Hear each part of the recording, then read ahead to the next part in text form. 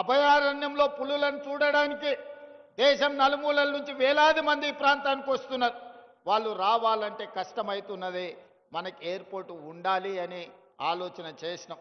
ఈరోజు మేము భూమి ఇస్తే రక్షణ శాఖకు సంబంధించిన రాజ్నాథ్ సింగ్ గారు సహకరిస్తామన్నారు. ఏవియేషన్ మినిస్టర్ రామ్మోహన్ నాయుడు గారు అనుమతులు ఇస్తామన్నారు. ప్రధానమంత్రి నరేంద్ర మోడీ గారు నిధులు ఇస్తామన్నారు.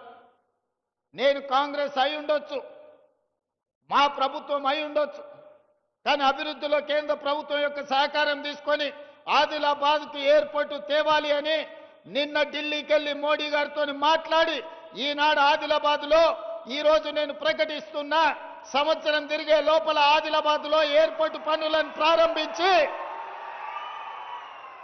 ఎర్ర బస్సు రావడమే కష్టం అనుకున్న ఆదిలాబాద్లో ఎయిర్ బస్సును దించి ఇక్కడ అభివృద్ధికి పునాదులు వేసి ఇక్కడ పరిశ్రమలను తీసుకొచ్చే బాధ్యత మన ప్రభుత్వం తీసుకుంటుంది. ఇందిరమ్మ రాజ్యంలో ప్రజాపాలన చేస్తుంది అని నేను ఈ సందర్భంగా మీ అందరికీ తెలియజేస్తున్నా.